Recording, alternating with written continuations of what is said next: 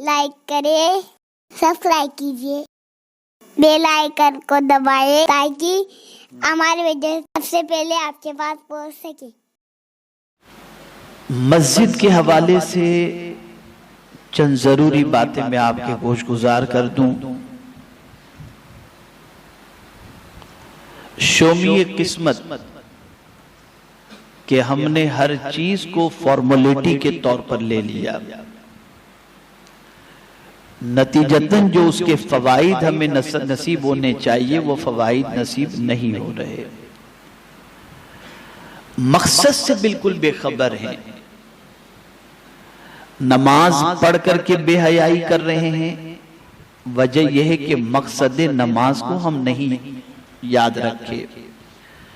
रोजा रखने के बाद, माह रमजान गुजर जाने के बाद जिंदगी में कोई इनकलाब नहीं आ रहा, इसलिए कि रोजे के मकसद को हमने फरामोश कर दिया। हज करने के बाद जिंदगी में तब्दीली पैदा होनी चाहिए, वो नहीं हो पा रही। उसकी वजह भी यही है कि हज के मकसद को हमने फरामोश कर दिया।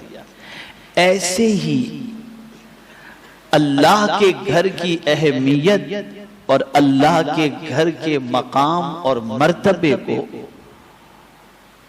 और इसकी तामीर के मकसद को भी हमने फरामोश कर दिया।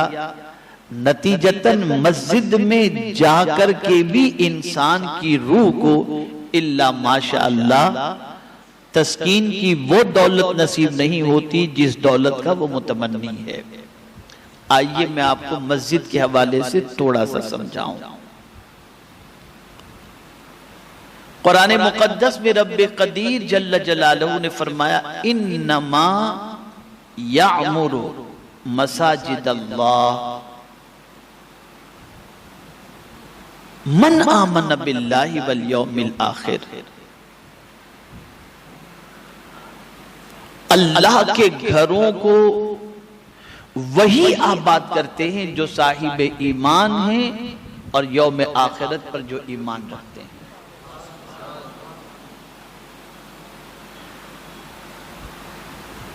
पैगंबर रहमत सल्लल्लाहु ताला अलैहि वसल्लम को मस्जिद से कितनी उनसियत थी और रसूल गिरामी वक़ार सल्लल्लाहु अलैहि वसल्लम को मस्जिद से कितनी मोहब्बत थी, इसका अंदाजा आप इससे लगाएं कि मक्का मुकर्रमा में चूंकि मस्जिद हराम पहले से मौजूद थी और वहां सरकार सल्लल्लाहु अलैहि वसल्लम के ऐलान नबुव्वत के बाद के 13 साल जो गुजरे हैं वो निहायती आजमाइश और सख्त तरीन इम्तिहान से गुजरे हैं। लेकिन जब रसूल आजम सल्लल्लाहु ताला अलैहि वसल्लम मक्का मुकर्रमा से हिजरत फरमाकर मदीने तशरीफ लाए और क़ुबा जब सरकार पहुंचे सल्लल्लाहु अलैहि वसल्लम, तो पहले हुजूर ने अपना घर नहीं अल्लाह का घर तामीर फरमाया और उस घर के हवाले से कुरान ने फरमाया, लमस्जिदुन उस्सिसा अला तक़वा मिन अव्वल यौमिन अहक़्क़ु अन तक़ूम फ़ीही रिजालुन युहिब्बूना अन यतत्तहरू वल्लाहु युहिब्बुल मुत्तहिरीन। ये पहली मस्जिद मदीने में सरकार सल्लल्लाहु अलैहि वसल्लम ने मस्जिद क़ुबा के नाम से तामीर फरमाई। और आपको ये जानकर हैरत होगी कि उस मस्जिद की बुनियाद भी हुजूर सल्लल्लाहु अलैहि वसल्लम ने रखी और ईंट और पत्थर और गारा और सब लेकर उसकी तामीर करने वाले जो लोग थे वो अल्लाह के इतने पसंदीदा लोग थे, अल्लाह के इतने मुकर्रब बंदे थे कि कुरान ने उनकी तारीफ बयान फरमाई और उनकी शान बयान फरमाई। तो सरकार सल्लल्लाहु अलैहि वसल्लम क़ुबा तशरीफ लाए तो क़ुबा में मस्जिद तामीर फरमाई और फिर रसूल आज़म सल्लल्लाहु अलैहि वसल्लम 3 दिन के क़याम के बाद मदीने तशरीफ लाए। क़ुबा मदीने मुनव्वरा उस जमाने में, आज तो मदीने मुनव्वरा ही में क़ुबा आ चुका है, उस जमाने में थोड़े से फासले पर महसूस किया जाता था। वहां से सरकार सल्लल्लाहु अलैहि वसल्लम मदीने आए और जहां ऊंटनी बैठी वहां हुजूर सल्लल्लाहु अलैहि वसल्लम ने मस्जिद नबवी शरीफ की बुनियाद का प्लान बनाया है। तो यहां भी आकर सरकार सल्लल्लाहु अलैहि वसल्लम ने मस्जिद ही की बुनियाद रखी और मिजाज दिया रसूल आजम सल्लल्लाहु ताला अलैहि वसल्लम ने कि तुम जहां कहीं भी जाओ सबसे पहले अल्लाह के घर की फिक्र करो, तुम अल्लाह के घर को बनाओ, अल्लाह तुम्हारे लिए जन्नत में महल अता फरमा दे। ये मिजाज हुजूर सल्लल्लाहु अलैहि वसल्लम ने अता फरमाया। मेरे प्यारे आका सल्लल्लाहु ताला अलैहि वसल्लम के प्यारे दीवानों, अल्लाह ने मस्जिद को यूं तो अगर देखा जाए तो सारी कायनात का खालिक अल्लाह है। अल्लाह खालिक कुल्ली शै, हर चीज का पैदा करने वाला अल्लाह है। जमीन और आसमान कोई चीज ऐसी नहीं जिसका खालिक वो न हो, लेकिन चंद चीजें ऐसी हैं जिसकी तरफ अल्लाह ने अपने आप को मंसूब किया। जैसे हुजूर सल्लल्लाहु अलैहि वसल्लम के हवाले से फला व रब्बिका, तेरे रब की कसम, मैं रब तो सबका हूं मेरे महबूब, लेकिन तेरा रब होना, तेरा रब होना है, तो तेरे रब की कसम फरमाया। ऐसी ही मस्जिद को भी अल्लाह अज़्ज़ व जल्ल ने अपनी तरफ मंसूब फरमाया कि ये अल्लाह का घर है। वो घर से बेनियाज है, वो घर से पाक है, लेकिन फिर भी मस्जिद को अपना घर बता करके परवरदिगार जल्ल जलालहू ने मस्जिद की निस्बत अपनी तरफ करके परवरदिगार जल्ल जलालहू ने यह वाज़े फरमा दिया कि ये मेरा घर है और जो मेरे घर आता है मैं उसकी मेहमानी किया करता हूं, मैं उसकी मेहमानी किया करता हूं। ऐ रसूल गिरामी वक़ार सल्लल्लाहु ताला अलैहि वसल्लम के प्यारे दीवानों, बहुत गौर से आप जिस आये करीमा की तिलावत का मैंने शर्फ हासिल किया उससे मुताल्लिक समाअत फरमाएं। ईमान की कुछ निशानियां हैं, मोमिन की कुछ निशानियां जिससे मोमिन पहचाना जाता है। हमारा आपका अपने आप को मोमिन कहना ये फिर भी अपने आप का कहना होगा, लेकिन कुरान ने जो मोमिन की अलामत बताई है, अगर वो अलामत हमारी जिंदगी में पाई जाती है तो दुनिया कुछ भी कहे, कुरान की रोशनी में हम मोमिन कहलाएंगे। तो अब कुरान ने क्या कहा? जिस तरीके से कुरान ने एक मकाम पर फरमाया मोमिन के हवाले से, इन्नमल मुमिनून इख्वा, सारे मोमिन आपस में भाई भाई हैं। ऐसे ही परवरदिगार जल्ल जलालहू ने मोमिन को एक जगह उजागर किया कि मोमिन कौन है। इन्नमल मुमिनून अल्लज़ीना इज़ा ज़ुकिरल्लाह वजिलत क़ुलूबुहुम व इज़ा तुलियत अलैहिम आयातुहु ज़ादतहुम ईमाना। मोमिन वही है कि जब उसके सामने अल्लाह याद किया जाए तो उसका दिल लरजने लगता है। ये मोमिन को उजागर किया। ऐसे ही अल्लाह ने इरशाद फरमाया, इन्नमा यामुरु मसाजिदल्लाह मन आमन बिल्लाहि वल यौमिल आखिर। अल्लाहु अकबर। मोमिन की एक पहचान ये भी बताई कि मोमिन वही है अल्लाह पर और यौम आखिरत पर ईमान लाने वाला क्या करता है, उसकी शान कुरान बयान करता है कि वो अल्लाह के घरों को आबाद करता है, अल्लाह के घरों को आबाद करता है। मोमिन की पोजीशन ये होती है कि मोमिन अल्लाह के घर को वीरान नहीं करता, अल्लाह के घर को आबाद करता है। अब ये आये करीमा का शान नुज़ूल क्या है?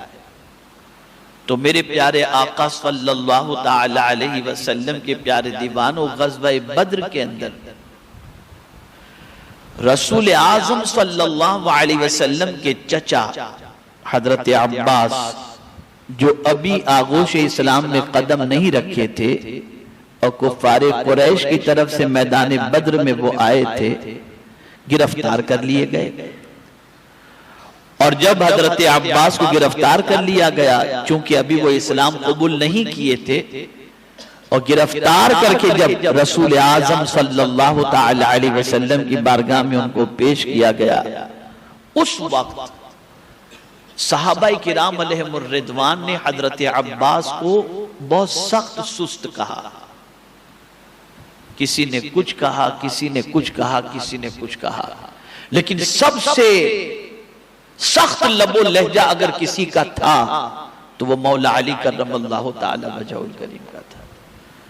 मौला अली ने हजरत अब्बास से यूं कहा, आप हुजूर सल्लल्लाहु अलैहि वसल्लम के चचा हो, आपको सरकार की कराबतदारी का भी कोई ख्याल नहीं? आपने इनका बचपना देखा है, इनकी जवानी देखी है, इनकी जिंदगी देखी है, क्या कोई लफ्ज उनकी ज़बान से कभी झूठ निकला है? आप इनके मुकाबले में जंग करने के लिए आए, आप इनसे लड़ने के लिए आए। आप जानते हैं कि जमीन पर सबसे सच्चा और अच्छा इंसान और रसूल इनके अलावा कोई दूसरा नहीं, फिर भी आपको रिश्तेदारी का भी कोई ख्याल नहीं। तो उस वक्त हजरत अब्बास जो अभी इस्लाम कबूल नहीं किए थे, उन्होंने मौला अली से कहा कि आप लोगों को क्या हमारी सारी बुराइयां ही नजर आती हैं? हम में कोई अच्छाई आपको नजर नहीं आती? तो मौला अली को हैरत हुई। उन्होंने कहा, आप लोगों में क्या अच्छाई? तो उन्होंने कहा कि हम मस्जिद हराम को आबाद करते हैं, हम हाजियों को पानी पिलाते हैं। ये काम उन्होंने बताए। अब आबाद करना क्या था, गौर से सुनिएगा, इसलिए कि आपको फिक्र मस्जिद की समझ में आएगी। हजरत अब्बास जो अभी आगोश इस्लाम में कदम नहीं रखे थे, उन्होंने मौला अली से कहा कि मस्जिद हराम हम आबाद करते हैं। आबाद किस तरीके से करते थे? तो वहां मस्जिद हराम के अंदर ओटे बने हुए थे, वहां लोग बैठते थे और बैठ करके गपशप करते थे। इसी को हजरत अब्बास ने कहा कि हम आबाद करते हैं।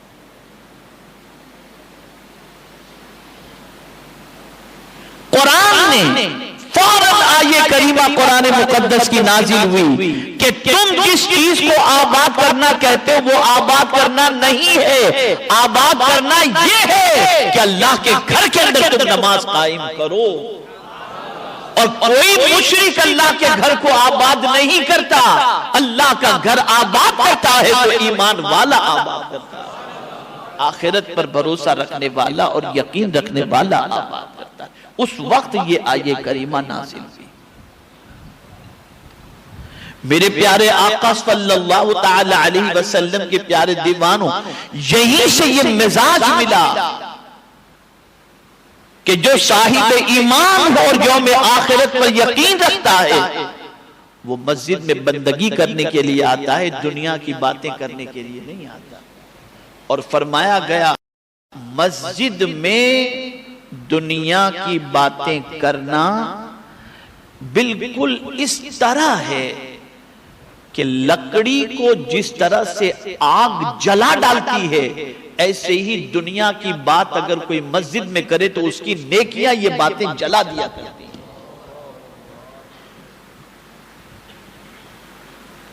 सारी नेकियां जल करके राख हो जाती हैं। और यहां ये बात भी बता दूं, मस्जिद कोई गिरा नहीं सकता। मस्जिद न कोई ढा सकता है न कोई गिरा सकता है। ये जो है ना, ये तो दीवारें हैं मस्जिद की। मस्जिद का मानी क्या होता है? सजदे की जगह। क्या होता है? ये जमीन कौन गिराएगा? ये सजदे की जगह है, ये सजदे की जगह है ना। और मेरे प्यारे आका सल्लल्लाहु ताला अलैहि वसल्लम के प्यारे दीवानों, हम नमाज के अंदर रुकू भी करते हैं, कयाम भी करते हैं, कायदा भी करते हैं, कौमा भी करते हैं, लेकिन अल्लाह ने इसका नाम न मकाम रखा न मरका रखा, नहीं रखा, बल्कि अल्लाह ने इसका नाम मस्जिद रखा। सजदे की जगह। इसके मुराद ये है कि बंदा जब भी चाहे कि वो खुदा से करीब हो जाए, वो सजदे में चला जाए, वो अल्लाह से करीब हो जाएगा। और सजदे की हालत में बंदा खुदा से सबसे ज्यादा करीब होता है। कमेंट शेयर जरूर करिए।